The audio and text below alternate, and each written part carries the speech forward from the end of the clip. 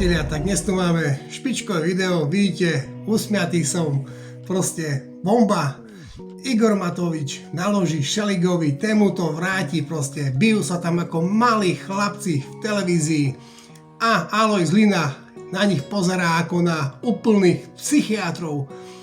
No ale títo ľudia proste nám majú vládnuť najbližšie 4 roky, tak si viete predstaviť, čo to bude v parlamente. Ja osobne preto chcel by som vyzvať všetkých ľudí, ktorí by ich mali voliť, nevolte ich, proste bude tu a opäť nevraživosť, bude tu tragikomédia, normálne už aj kokcem z toho všetkého. Takže ideme si to pozrieť prvé a potom si o to niečo môžeme povedať. Ideme na to. Že toľko sa ja od vás, kolegovia, napočúvam a od vašich strán o tom, čo treba robiť, ako to treba robiť a podobne.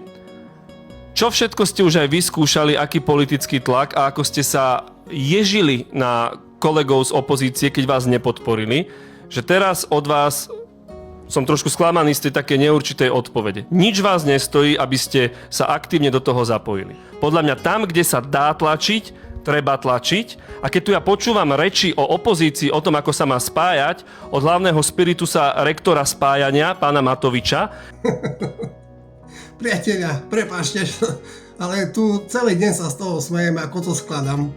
Proste z tých blbcov sa človek musí len a len smiať a ja normálne, ja neviem, akí tu voliči vlastne idú ich voliť. Ja by som chcel vidieť aspoň nejakých pár tých voličov, čo to v tých hlavách majú, že práve týchto sem idú voliť proste. A hlavne Špiritusa, či akého to tam Šeliga povedal na Matoviča, že je proste, že čo ide spájať všetko a prakticky nejde spájať nič, len všetko rozbíja, ohovára, nadáva, vyťahuje SMS-ky, e-maily na každého, ako sa na koho hodí. Proste, tak tuto máte ich voliči.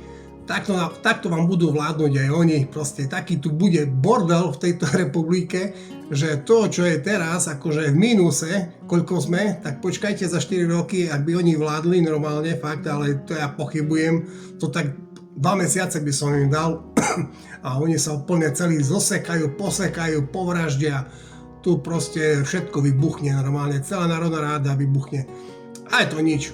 Chcete ich mať, voľte si ich, ja vám nebudem proste hovoriť, že nie, je demokracia, takže ak chcete mať bláznov, tak si voľte týchto bláznov.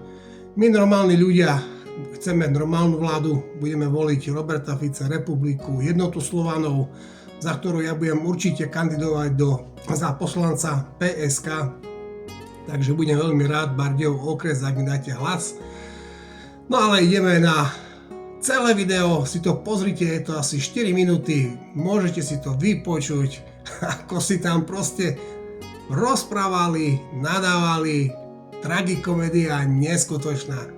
Prosím pekne, sledujte to. Ja mám rád úprimnosť v živote aj v politike a nemám rád vo vážnych chvíľach, aby sa hrali nejaké hry s ľuďmi. A trošičku mám pocit, že zo strany demokratov tá snaha o to referendum bola taká hra. Nepôjdeme určite na barikády, lebo zase, ako som povedal na začiatok, ja mám rád takú úprimnosť. Ja teraz tu nebudem hrať zo seba, že wow, ideme zrušiť referendum, máme reálnu šancu zrušiť referendum rentu a zriadiť USP a NAKU a tešíme sa, že nám ju zriadi Fico. No so mňa to nedostane ten človek, nebolo by to úprimné, tým pádom hru nebudem hrať, určite nebudeme ľudí odrádzať a duplom už, keď jednoducho mlieko je rozliaté, 10 miliónov to plus minus stáť bude, tak už teda tí ľudia, ktorí chcú, nech idú, však veci neublížia, ale nebuďme naivní, že to referendum bude úspešné. Bohužiaľ, že toľko sa ja od vás, kolegovia, napočúvam a od vašich strán o tom, čo treba robiť, ako to treba robiť a podobne. Čo všetko ste už aj vyskúšali, aký politický tlak a ako ste sa ježili na kolegov z opozície, keď vás nepodporili, že teraz od vás som trošku sklamaný z tej také neurčitej odpovede. Nič vás nestojí, aby ste sa aktívne do toho zapojili. Podľa mňa tam, kde sa dá tlačiť, treba tlačiť. A keď tu ja počúvam reči o opozícii, o tom, ako sa má spájať, od hlavného spiritusa rektora spájania, pána Matoviča, ktorý to tak z boku celé organizuje, tak odporúčam, alebo ani to je možno také hostilné. Bol by som rád, Igor, keby si proste ty so svojou vervou kľudne zaparkoval auto na tom prechode a povedal, poďte. Asi to bude ťažké, asi to bude neúspešné. Každý jeden, ktorý tam prídete, formálne hovoríte Ficovi, choď s prepáčením do... A teraz si domyslíte kam. No tak ja som si vtedy povedal, že zaparkujem auto na najväčšom prechode v Bratislave, pôjdem si kúpiť hamburger tam vedľa do toho Mekáča. Takže iba tým som chcel povedať, že keď som presvedčený o nejakom referende, že to má zmysel, tak som ochotný urobiť aj niečo, čo by nikto druhý asi neurobil a dodnes ľudia na to spomínajú v dobrom.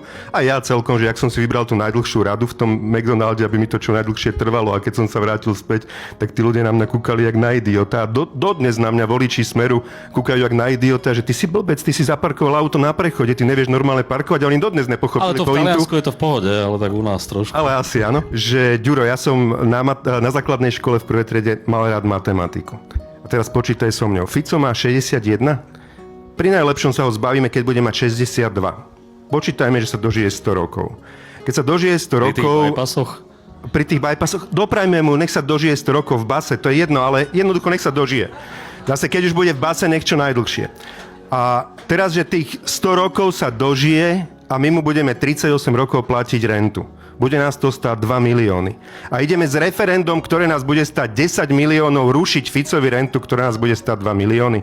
Keď jednoducho niečo nemá ekonomický zmysel, tak prečo by som ja teraz mal hovoriť ľuďom, jasné, toto sa nám oplatí, toto je správna vec. No nie je to z tejto strany správna vec a ak by ste trošičku na začiatku hamovali, ako sme vám hovorili, však sadnime si, dohodneme si spolu otázky, možno dnes sme mohli mať na stole 500 000 podpisov, referendum, kde by sme sa vedeli za to všetci postaviť, aj Saska, aj PSK, aj my, aj všetci spolu a bolo by to motivačné referendum a na konci by si ľudia povedali, ideme a za rok povalíme komplet celú vládu Fica. Povedz mi, s kým si sa za tie 2 roky ty na niečom dohodol.